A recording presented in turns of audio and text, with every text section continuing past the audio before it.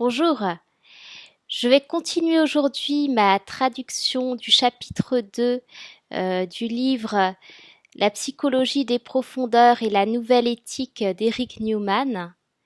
Et aujourd'hui, c'est une chance que je sois habillée en rouge parce que je vais vous parler de l'inflation de l'ego. L'inflation de l'ego implique de façon inévitable une condition dans laquelle l'ego est submergé par un contenu qui est plus grand, plus fort et plus hautement chargé en énergie que la conscience, et qui, par conséquent, cause une sorte d'état de possession dans l'esprit conscient. Ce qui rend cet état de possession si dangereux, quelle que soit la nature du contenu qui le sous-tend, est qu'il empêche l'ego et l'esprit conscient d'atteindre une orientation juste à la réalité.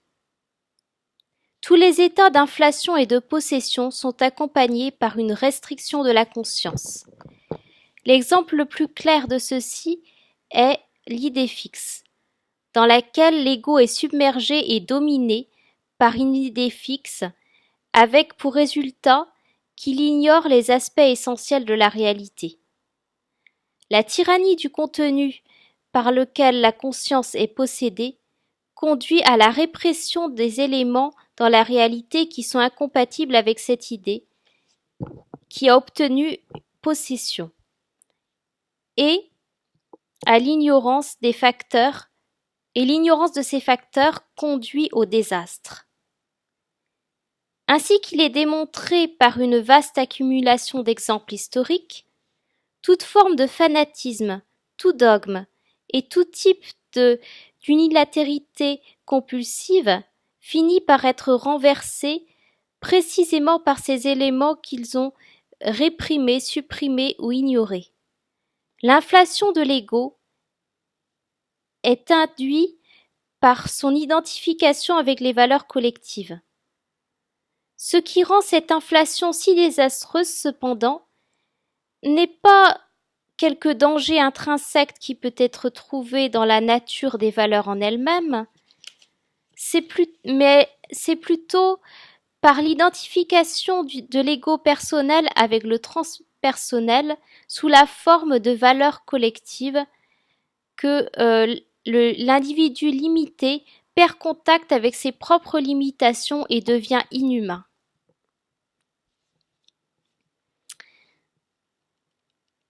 Mais l'essentielle non-identité de l'individu avec le transpersonnel est en fait la base de la vie.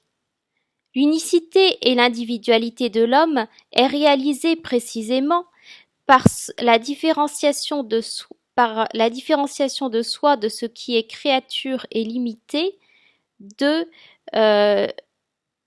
pouvoir illimité du Créateur, avec une grande majuscule.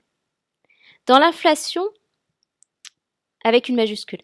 Dans l'inflation, ce qui se manifeste sous la forme de rêve, de voler ou de devenir invisible a souvent la même fin que le vol d'Icare, c'est-à-dire qui en réalité dépeint la situation psychologique de base en termes de langage symbolique du mythe. Les ailerons de l'ego enflé qui ne sont sécurisés par rien de plus solide que de la cire, ne peuvent pas tolérer la force solvante du soleil transpersonnel dans son trop haut et trop écervelé combat. Dans son combat trop haut et trop écervelé. Le résultat est la chute d'Icare dans la mer. L'ego, qui s'est imaginé lui-même comme étant immortel, est détruit en étant avalé par l'inconscient. C'est cet élément inférieur, cette part négligée par l'hubris et l'orgueil coupable de l'homme, qui sont responsables de cet effondrement à la fin. L'élément réprimé, ignoré, dans l'arrogance du combat, prend sa revanche à la fin. La mer dévorante est bien connue de nous, dans le symbolisme des mythes et des rêves, en tant qu'image de l'inconscient. Dans la mythologie, il est axiomatique que l'hubris de l'homme doit être punie par son effondrement et la revanche des dieux.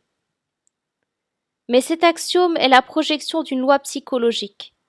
Toute inflation, toute identification de soi de l'ego avec un contenu transpersonnel, et c'est précisément le sens de l'hubris, dans lequel l'homme s'imagine lui-même comme étant l'égal des dieux, résulte de façon inévitable à son effondrement. Le contenu transpersonnel, c'est-à-dire les dieux, annihile l'ego, qui n'est pas de taille pour son pouvoir supérieur. L'image mythologique décrit les conséquences de l'inflation de l'ego individuel.